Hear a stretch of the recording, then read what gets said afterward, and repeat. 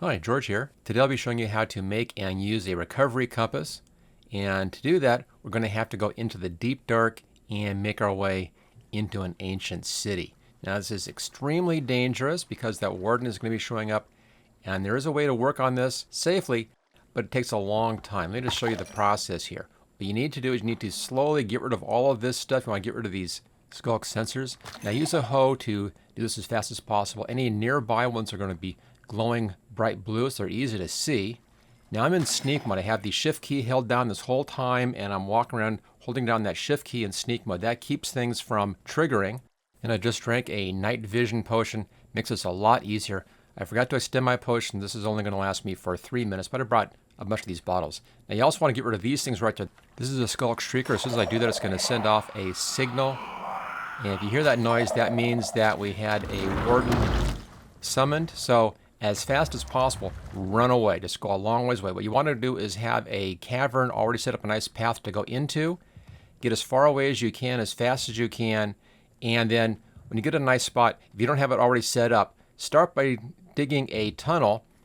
The idea here is you need to get at least 30 blocks away as fast as you can. If you get past that 30 blocks little ways, you're going to be safe. He's not going to find you.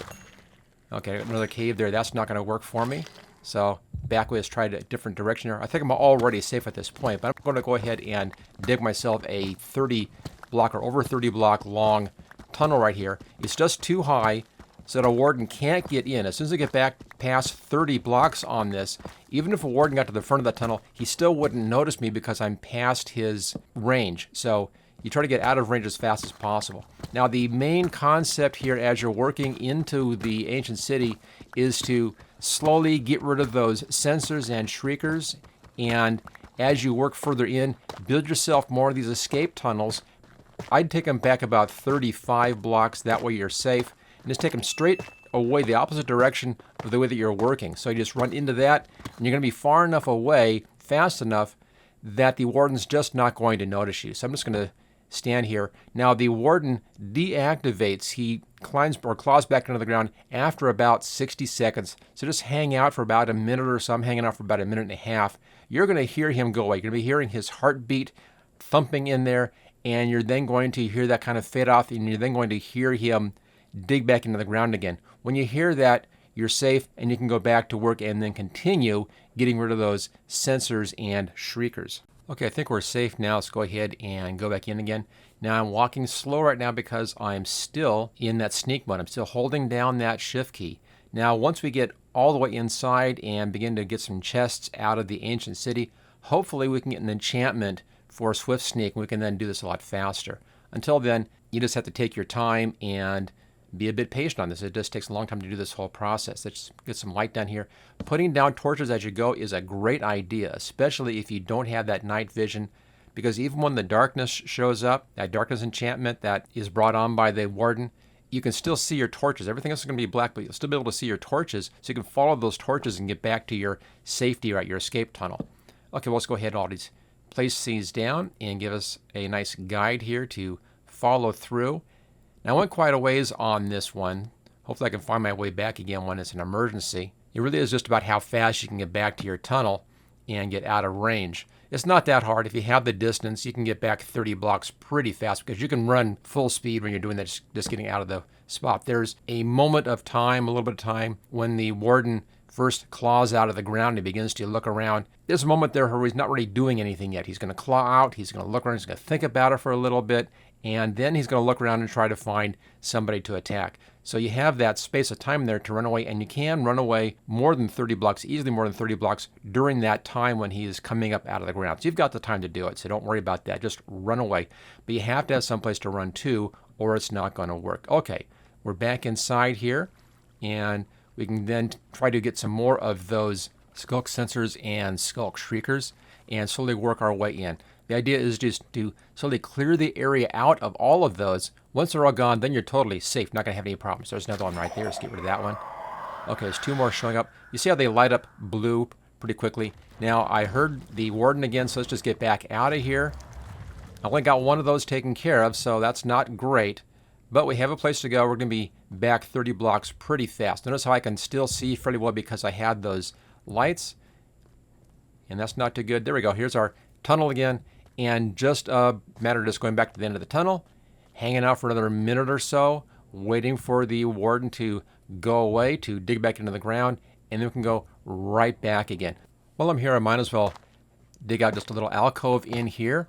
I brought along a bed so I can set a respawn point and a chest. I'll just put both of those right down in here. That gives me a little spot to come back to. Just in case the warden kills me, if this doesn't work out, I can come back right there to that bed and then get right back into working again. I'm not going to respawn up on top and have to climb all the way back down into this cave again, so it'll save me some time. I can also clean out some of this stuff in here, just get this out of my way.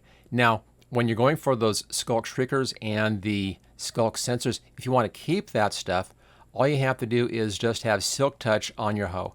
I don't care about keeping that right now. There's plenty down here to find if I want that in the future. But just in case, you can keep those if you feel like it. Okay, we're back into the cave again. And let's get some more of those Shreakers and sensors out of the way. Here's my night vision. That helps out a lot. And I'll try to be a bit more careful. Notice there's a Shrieker up on top up there. And there's one down on the floor down there as well. And again, I'm in sneak mode. I'm holding down that shift key the whole time I'm doing this. Let's see if we can get that Shrieker up on top there without setting anything off, and that will make it a lot safer. Once I get these out of here, it's going to be free of wardens. Won't have any warden problems. Okay, take our hoe, and let's get that one.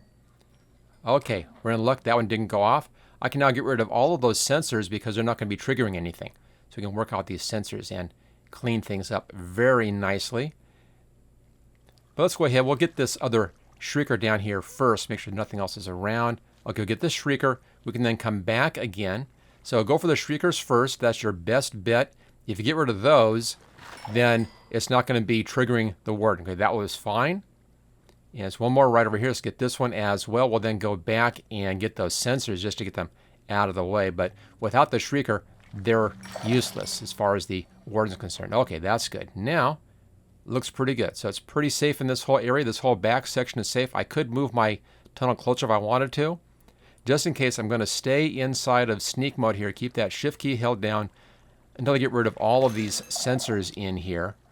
Now, the reason why we're doing all of this is that we have to work our way down into the ancient city. I'm only going to do just a bit more of this just to show you how this is all done. And then I'll do my climbing into the ancient city later on off camera. But this is the idea. You just work your way slowly down, clearing all this stuff out, and then these areas become safe from the warden. Once they're safe from the warden, you can walk through here at regular speed, and it's not going to be an issue. As you can see, though, this will take a long time to do this, to get rid of all the stuff and just clean the whole thing out. You're eventually going to have to go into the ancient city, do the exact same thing in the ancient city, clean that out. Just make sure that you continue to move your tunnels forward, your escape tunnels forward as you go. I can now build a new escape tunnel right inside of here, and I'll be fine. I'm going to go ahead and jump forward to one of those chests, and we'll take a look for those Echo Shards. Okay, I've made it all the way into the city, and I've cleaned things out around this one, and here we go. There's a couple of Echo Shards right in there, inside of that chest. Now, you need to have 8 of those total. Let's see what else we have in here. A couple of potions. Those look pretty good. Regeneration. I'll grab those while I'm at it. And let's check out that enchantment. Okay, there's a Swift Snake, too. That's great. That's going to make things a lot easier. Let's get back to the base. I can go ahead and add that onto the pants, and then I can Swift Sneak inside of here. Let's check out another chest I found. That's right over here. And I'm going to clean everything out around this so we're safe in this area. Okay, there's no shards in here. On the Infinity, that's not too bad. Be good for a bow. Bottle of Enchanting. Let's go ahead and grab that one. We can use that compass. That's part of what I need to build the recovery compass. Okay, so that was pretty good. It's going to take me some time to find some more chests, clean things out, and get some more of those shards. You need 8 shards total. So let's just skip past all of that and get back to the base. Okay, we're back to the base, and I just set that bed there with my picture on it as my respawn point. Let's now go over to a crafting table and make a recovery compass. There we go. It's just go inside this, right-click, and into the table. There we go. Now, if you don't happen to have a compass, easy to make. Just redstone in the middle, and then surround that with 4 iron, and there's the compass. Now, I don't need that because, of course, we found one inside of the ancient city, so let's just get this out of the way. And put our compass in the middle, and then take 8 of those Echo Shards and put those all around the compass. There we go. And there is the recovery compass. And we'll bring that down, and we're all set. Now, this is the second time I've done this. If you make this the first time, that compass is going to be spinning around without showing any particular direction. Now place the recovery compass in a chest that's near your respawn point. And I have this chest right there, just down from where that bed is. So that's fine. And we're now going to test it. I'm going to climb up to the top of my castle up here and jump off, and we'll see how this works. Okay, here we are on top of the castle, and I've lowered my health a little bit. Let's go ahead and give this one a try. Just jump way down here, and there we go. Okay, fell from a high place. Yeah, that's what we know about. Respawn, goes back to the bed. There we are. Let's now go back to that chest and grab that recovery compass. Get that guy out of the way. And there it is. And it's pointing off to the right. That looks like it's correct. Now I need to get down onto the base of the hill. That much I know. So I'll go over to where I have my staircase. And we'll walk down and see how this works. Now it's still pointing in the right direction from where I fell over that side of the cliff. That's correct. And my stairs are right back there past those two little short copper pillars. And then it's around the curve of that mountain back there is where we should be seeing it. And that's still pointing correctly. Okay, we'll take this staircase down and we'll go off in that direction off to there to the right. And straight ahead from here, so I have to go around that bit of the mountain in there. And we'll see how well this works. Still pointing in the right direction, so that's looking fine. Let's just get across this little bit of the swamp in here. And it should be off to the right over there. Okay, straight ahead. And okay, I'm beginning to see this stuff. And there we go. That's where I died. So that worked. The recovery compass pointed me right back to where I dropped all of my stuff. I can now get this back again and not lose all that hard work that I went into.